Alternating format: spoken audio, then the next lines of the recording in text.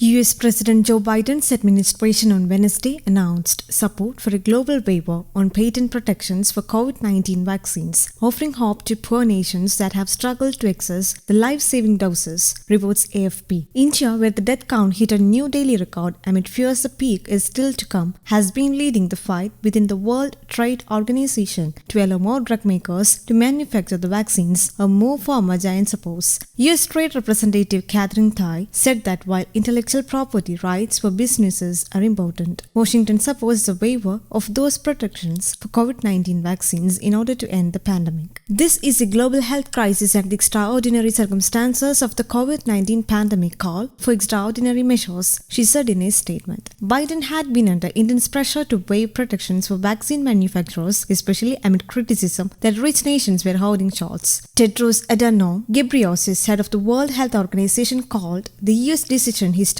and said it marked a monumental moment in the fight against COVID-19. Tai cautioned, however, that negotiations will take time given the consensus-based nature of the WTO. With supplies of Americans secured, the Biden administration will continue efforts to expand vaccine manufacturing and distribution and will work to increase the raw materials needed to produce those vaccines. For months, the WTO has been facing calls to temporarily remove the intellectual property protections on COVID-19 vaccines, known as TRIPS waiver, in reference to the agreement on trade-related aspects of intellectual property. But that notion has been fiercely opposed by pharmaceutical giants and their host countries, which insist the patents are not the main roadblocks to scaling up production and warned the move could hamper innovation. A waiver is a simple but the wrong answer to what is a complex problem. The Geneva-based International Federation of Pharmaceutical Manufacturers and Associations lobby groups said, describing the US move as disappointing. Countries such as New Zealand, however, welcomed the US announcement, while Australian Prime Minister Scott Morrison called the move tremendous news, adding that it would help his country manufacture mRNA vaccines locally. France, on the other hand, has said it is opposed to the waiver, stating it prefers instead a donation-based model to help poor countries overcome a lack of vaccines.